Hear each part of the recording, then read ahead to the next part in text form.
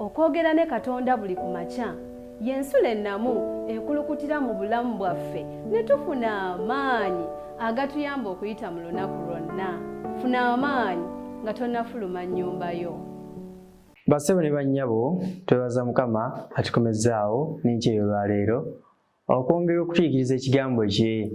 Mwasuse mutya abalungi abatulaba era abatuwuliriza? Mukama bawe omukisa.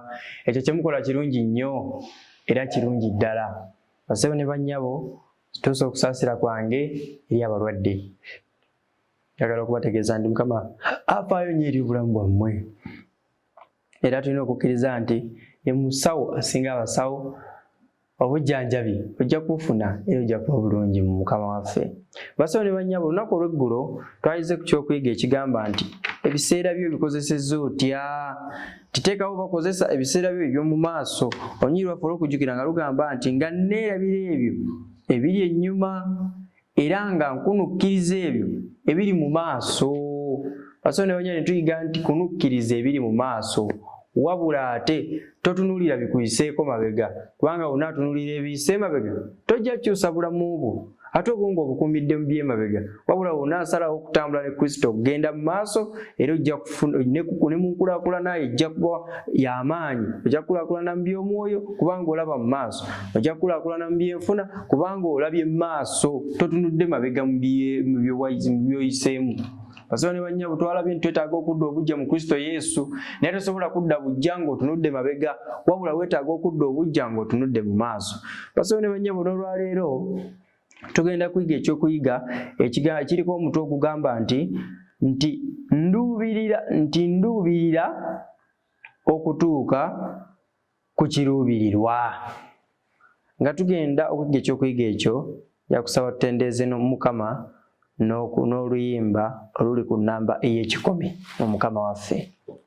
Katwebaze. Ekisaa kyo n'okwagala ku birungi nnyo gye tuli. Omukwano ajjudde ekisa, naye leero tuyigirize ng'okusiima kwo n'okwagala kwo n'okusaasira kwa kungi bwe kuli, kwe kusaba kwange n'okwegayirira okuyita mu linnya eddungi eya Yesu Kristo Mukama waffe. Amiina. Nduubirira okutuuka ku kiruubirirwa. Agambye nti olunyiri olw'okujjukira ogambye nti nduubirira okutuuka awawakanirwa. Amiina.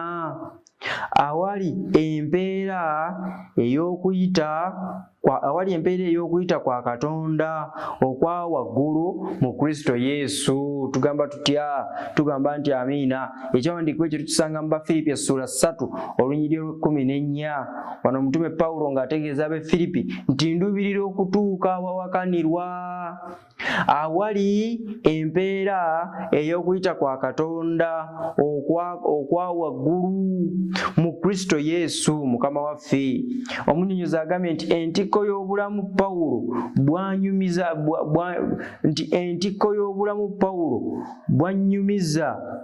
bwanyumiza Abafiripi obukwata ku kutuukirira eri mu bigambo bino ebikkaatiriza nti nduubirira okutuuka awawakanirwa. Bassebo ne bannyabo, ffenna tuluubirira okutuuka awawakanirwa, naye ekyokuyiga ekyejjo kigatte n'ekyaleero nti okuluubirira okutuuka awawakanirwa weetaaga okutunula mu maaso. Tosobola kuluubirira okutuuka awawakanirwa ng'otunula mabega, weetaaga okutambula ne Kristo Yesu mu bulamu obujja. Omunnyonnyozi agambye bw'ati nti nduubirira okutuuka awawakanirwa. Ekyamazima bw'ategeera nga bw'atatuukiridde n'atunulako ne mu maaso. Pawulo ateekwa okuba nga yafuna endowooza za mirundi ena. Muwulirize endowooza zino Pawulo ze yafuna. Endowooza esooka egamba nti okubivaako. Mu bulamu obwa Kristo Yesu, bassebo ne bannyabo, tutuuka mu kiseera ng'onafuye, tutuuka mu kiseera ng'oyagala kubivaako, otuuka mu kiseera ng'olaba ng'ebiruddewo era ebikooyesa. Era Pawulo ono yalina endowooza esooka nti ey'okubivaako. Kyava annyonnyola wano omunnyonnyozi n'agamba nti okulemwa okw'emabega ko n'okutegeera obuteeyinza bwe tebimukkiriza kugenda mu maaso na kulwana. Kankiddemu nti okulemwa okw'emabega ko n'okutegeera obuteeyinza n'obuteeyinza bwe tebimukkiriza kugenda mu maaso na kulwana. Twalabye nti bw'otunuulira okulemererwa tolina ngeri gy'ogenda kugenda mu maaso ng'olwana. Ayagala okwesumulula okuva mu bimunyigiriza byafuna olw'okunoonya okutuukirira. Tugamba nti amiina. Endowooza ey'okubiri Pawulo gye yalina nti obuteekakasa. Annyonnyola agamba nti bw'alaba okugenda mu maaso okutono n'emiziziko egy'amaanyi n'atayagala kubivaako. Agambye nti Pawulo nti bw'alaba eno nayo yali ndowooza ndala nti bw'alaba okugenda mu maaso okutono n'emiziziko egy'amaanyi n'atayagala kubivaako, kyokka ate tasobola kugenda mu maaso mu butuufu, embeera egenda yeeyongera okwonooneka bwonoonesi, akabusi wansi. Bassebo ne bannyabo, buli lw'otunuulira emiziziko gy'olina nga gy'amaanyi, ng'okulabako okw'omu maaso kutono, njagala mbategeeze bassebo ne bannyabo, oba okkabusi wansi. Kubanga kiruubirirwa kyo buli lw'otatunula mu maaso toba na kulemerako kimu, kyakubiri toba mumalirivu, ekyokusatu obuvumu bwo bukendeera, n'endowooza yo enafuwa, eyali lowoozezza ekinene olowooza kitono, olw'okubanga tolaba mu maaso. Naye omutwe gwagambye nti nduubirira okutuuka ku kiruubirirwa. Endowooza eyokusatu egamba nti okuwolereza ensobi ze ezaayita. Omunnyonnyozi yagambye bw'ati nti okugezaako okuzuula abo abaliko omusango babeera nga be bavunaanyizibwa ku mbeera ye. Kankiddemu nti okugezaako okuzuula abo abaliko omusango babeera nga be bavunaanyizibwa ku mbeera ye, okuwuliranga gw'ensonga olw'ebyo ebiriwo. Endowooza eno mu kifo ky'okumuggyako omusango emwonoona bwonoonyi. Okuwolereza ensobi ze ezaayita, nti okugezaako okuzuula abo abaliko omusango babeera nga be bavunaanyizibwa ku mbeera ye, okuwuliranga gw'ensonga olw'ebyo ebiriwo. Endowooza eno mu kifo ky'okumuggyako omusango emwonoona bwonoonyi. Endowooza ey'okuna egambye nti okugenda mu maaso, nti genda mu maaso n'okulwana. Tugamba nti amiina bassebo ne bannyabo, genda mu maaso n'okulwana. Ddala mu bulamu obw'emyoyo genda mu maaso n'okulwana, ng'olwanira mu Kristo Yesu, kubanga ge maanyi gaffe. Nyiikira nnyo okusaba wadde nga waliwo ebizibu n'okulemwa okwayita.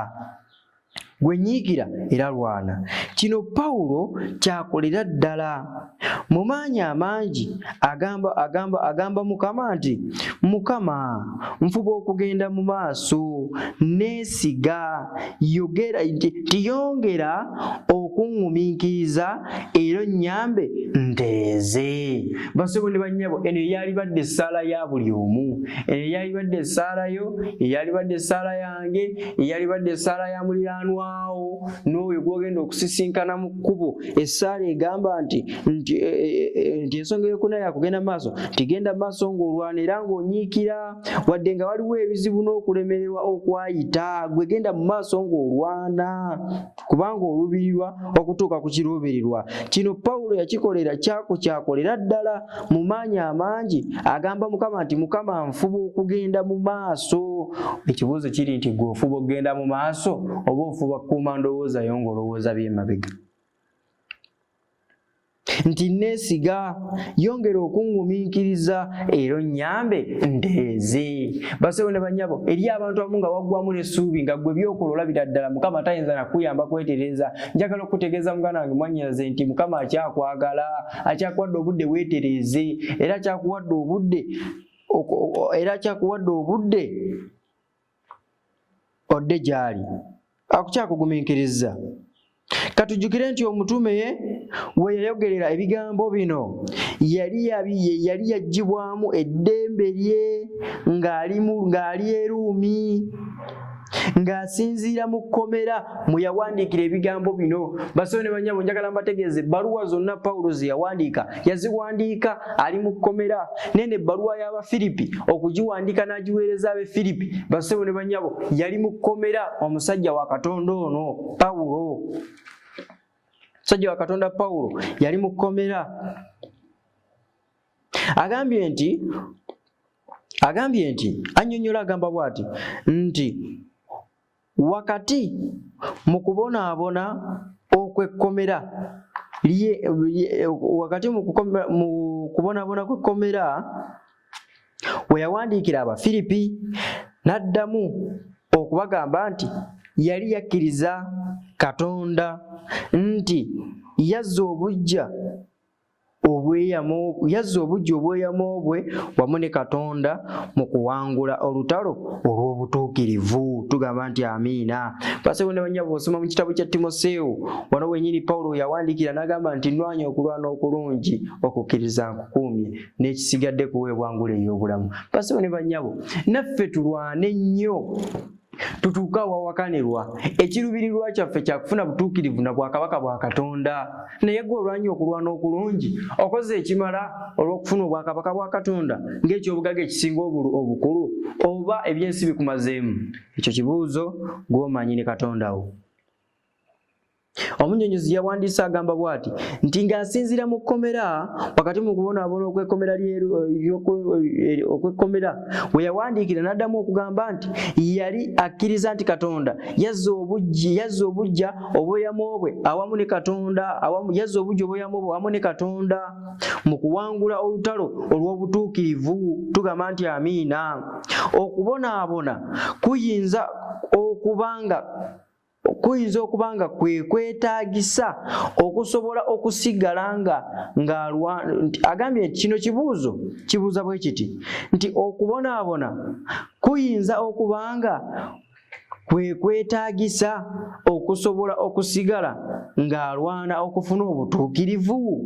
Kye kibuuzo ekisooka. Ekibuuzo ekyokubiri, tulina kuddiriza ne tuwangulwa ekibi nga buli kintu kitutambulira bulungi? Ebyo bye bibuuzo ebibiri muganda wange nange byenjagala weddiremu enkya ey'olwaleero. Ekibuuzo ekisooka nti oyagala kusooka kubonaabona olyoke ofune obutuukirivu, oba okufuna nti tulina kuddiriza ne tuwangulwa ekibi nga buli kintu kitutambulira bulungi? Awo wali ekigambo nti buli kyoyagala kyonna kiyita mu bugubi. Bw'oba oyagala okufuna obutuukirivu, bingi by'olina okweresa ebikunyumira. Bw'oba oyagala okufuna obutuukirivu, okwegomba kw'omubiri olina kukuzza bbali n'olyoka otuukiriza obutuukirivu bwa Katonda. Pawulo yasooka kusibwa mu kkomera, naye bwe yasibwa mu kkomera, mwattu Mukama teyamuleka, n'agezaako okubuulira enjiri.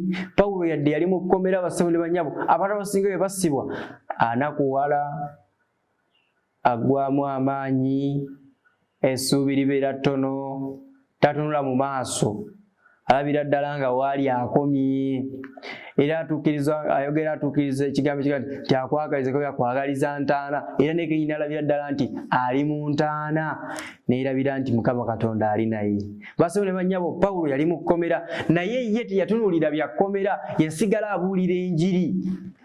Ebbaluwa mpitirivu nnyo ze yawandiika ng'ali mu kkomera. Kyekibuuzo, titulina kusooka kubeera mu bulamu bulungi? Naye mumanye nti otubeera mu bulamu obulungi ennyo tujja kuwangulwa ekibi. Wano wagambye nti tulina kuddiriza ne tuwangulwa ekibi. Waliwo emitawaana nga ddala gy'amazima egituyamba okutereeza n'okwongera okwesigama ku Katonda nga Peetero bw'ayogera nti kubanga obonyaabonyezebwa omubiri ng'amaze okuleka ebibi nti Peetero yayogera nti kubanga obonyaabonyezebwa omubiri ng'amaze okuleka ebibi. Basebo ne bannyabo, omubiri gwo gwagala bibi. Tetuyinza okutunuulira ng'ogwagala ebirungi, naye omubiri gwagala omubiri we gwetaaga bikosa obulamu bwaffe obw'omwoyo. Omwoyo gunafuwa, omubiri ne gugimuka. Oyagala endongo, osanyusa mubiri, omwoyo gwo gunafuya. Oyagala okulya ebitali birongoofu, osanyusa mubiri. Oyagala okunywa ebitali birongoofu, osanyusa mubiri. Oyagala okunywa omwenge, osanyusa mubiri, so omwoyo ogulemaza era ogukonya. Basawo ne bannyabo, njagala tuyongereyo n'ebigambo ebigamba nti ekiruubirirwa kye kiruwa mu lutalo lw'obutuukirivu. Kiki Pawulo kye yali yeesunga ku nkomerero y'empaka ez'okunoonya obutuukirivu? Ekyo kibuuzo. Mu ngeri ennyangu, ekirabo ekirwanirirwa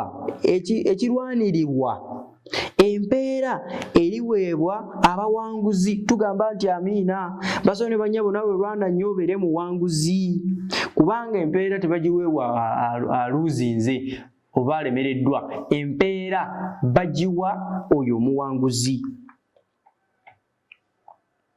Kyava yongerayo ng'agamba bw'ati nti ku nkomerero empaka ez'okuwangula obutuukirivu mu ngeri ennyangu, kirabo ekirwanirwa empeera eriweebwa abawanguzi okufaanana n'emizannyo gya Olimpiki. Kisanyusa okumanya nti ekirabo ye empeera ey'okuyita kwa Katonda okwa waggulu mu Kristo Yesu. Tugamba nti amiina. Oba kyogera mu ngeri endala, okuzza obuggya okuyita mu kkubo nti agambye nti okuzza obuggya okuyita kwa Katonda eri Pawulo kyekyo ekyaddamu okubaawo ku nsisinkano gye yafuna mu kkubo ng'agenda e Damasiko, gye yafunira omulundi gwe ogusooka okuyita kwa waggulu okwa Katonda. Mu ngeri y'emu, mu bulamu bwaffe obw'Obukristaayo tuteekwa okuzzanga obuggya obuwulize bwaffe eri Katonda. Basawo ne bannyabo, before Pawulo nga tannafuuka Pawulo yali Sawulo, n'ava mu kubeera Sawulo n'afuuka Pawulo. Mu lugendo lwe ng'agenda e Damasiko, ng'agenda okuyiganya abatukuvu ba Katonda, ng'agenda okuyiganya ekkanisa ya Katonda, yafuna ensisinkano ne Katonda ng'agenda mu kkubo. Ensisinkano eno yadde yamulekera enkovu ey'eriiso, naye ate yali nnungi, kubanga okuva ku olwo Sawulo yakyusibwa n'afuuka Pawulo, era n'afuuka omuddu wa Katonda era omutumi wa Katonda, n'akkiriza okubonaabona wamu okubonyaabonyezebwa ku lwa Kristo Yesu Mukama waffe. Bwana agambye nti mu bulamu bwaffe obw'Obukristaayo tuteekwa okuzzanga obuggya obuwulize bwaffe eri Katonda.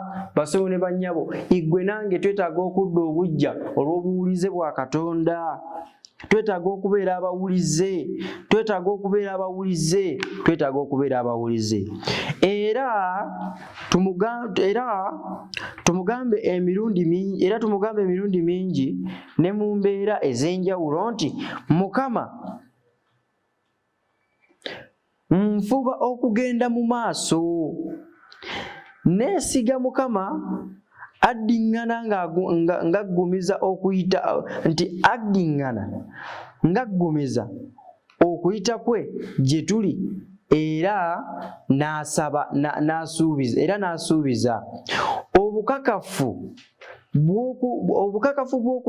bw'okutuukirira mu Kristo. Kanziramu statement eno egambye nti Mukama nfuba okugenda mu maaso, neesiga Mukama addiŋŋana ng'aggumiza okuyita kwe gye tuli, era n'asuubiza. Basawo ne bannyabo, Mukama atuyita gye tuli era n'okutusuubiza atusuubiza. Agambye nti obukakafu bw'okutuukiriza mu Kristo. tugamba nti amiina. Bassebo ne bannyabo, ku nkomerero ya byonna Pawulo yafuna ekiruubirirwa kye, era ekiruubirirwa kye kyava ayogerako. Olunyiriri olwo katulusome. Tuli mu Timoseewo ekyokubiri essuula 4 olunyiriri olw'omusanvu n'olw'omunaana. Zigamba bwe ziti ennyiriri zino. Olw'omusanvu lugamba nti nwanye okulwana okulungi, olugendo ndutuusizza, okukkiriza nkukuumye, ekisigaddeyo ntegekeddwa engule ey'obutuukirivu. Mukama waffe gy'alimpeera ku lunaku luli ng'asala emisango egy'ensonga, so si nze nzekka, naye era ne bonna abaagala okubikka kwe, ne bonna abaagala okulabika kwe. Bassebo tugamba nti amiina. Tubadde ku mutwe ogugamba nti nduubirira okutuuka ku kiruubirirwa. Pawulo bannaye, bassebo ne bannyabo, kyakulabirako nnyo gye tuli, kyakulabirako nnyo kirungi gye tuli. Kiriwo ekyokulabirako kino nti Pawulo yalwana okulwana okulungi nga tatunuulidde kuwolereza nsobi ze ezayita, nga tatunulidde buteekakasa, nga tatunulidde okubivaako oba okulemererwa n'okutunula emabega, wabula yasalawo okugenda mu maaso ng'omulwanyi wa Kristo. N'anyiikira nnyo okusaba, ne yeesiga Katonda, era n'afuba nnyo okumusaba. Weewaawo eno ensi gye tulimu nzibu, yennyamiza era erimu ebizibu bingi. Naye bassebo ne bannyabo, bw'osalawo okwesiga Mukama era n'otambula naye, ye kennyini agenda kuteerawo engeri ennyangu ey'okuyita mu nsi eno. Bassebo ne bannyabo, mbaagaliza olunaku olulungi. Ekyokuyiga kyaffe kikomyawo, era ne bw'oba ng'oyize, Mukama akuwa omukisa, erinnya lye liggumizibwe era litenderezebwe. Katwebaze essaawa eno. Ekisa kyo n'okwagala ku Mukama neero bitubedde. Tukwebaza kubanga otuwadde omukisa okubeerawo nga tukyassa omuko gw'obulamu. Ogulumizibwe, otenderezebwe, oweebwe ekitiibwa kubanga osaanidde.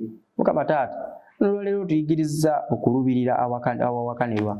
Otuleetedde omuddu wo Pawulo. Mukama Taata yali muddu mwesigwa, newankubadde yasibwa teyatunula mabega, nti owaayi eri gye nali komanda mulamba, eri gye nali ndyanga nywanga bwe njagala.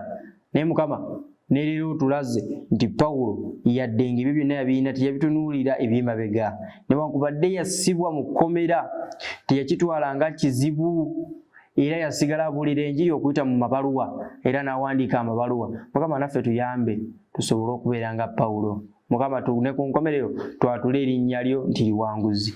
Ne ku nkomerero naffe twatule nti tulwanye okulwana okulungi n'okukkiriza tukukuumye, era ekisigadde kwe kuweebwa engule ey'obulamu. Mukama Taata, buli kiisi ali ku 3ABN TV muwa omukisa.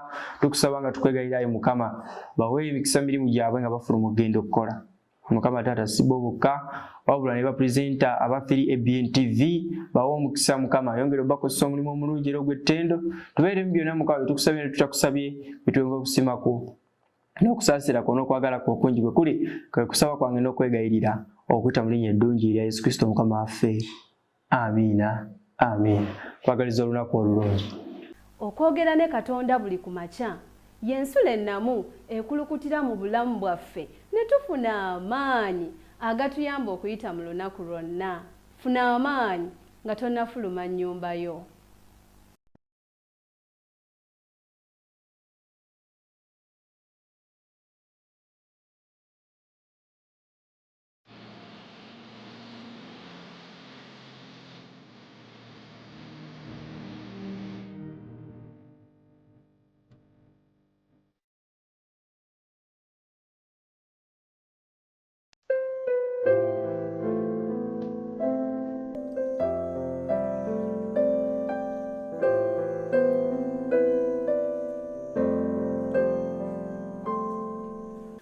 Okuyimba kukkakkanya ebirowoozo.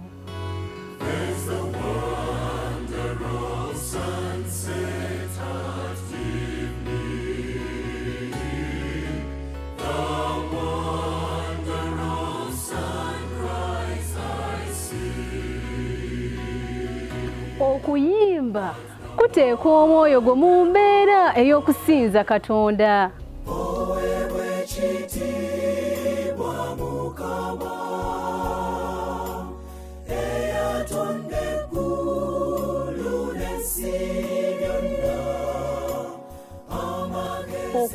lwa lutindo mwe tuyitira okukoowoola Mukama awamu n'okumwebaza.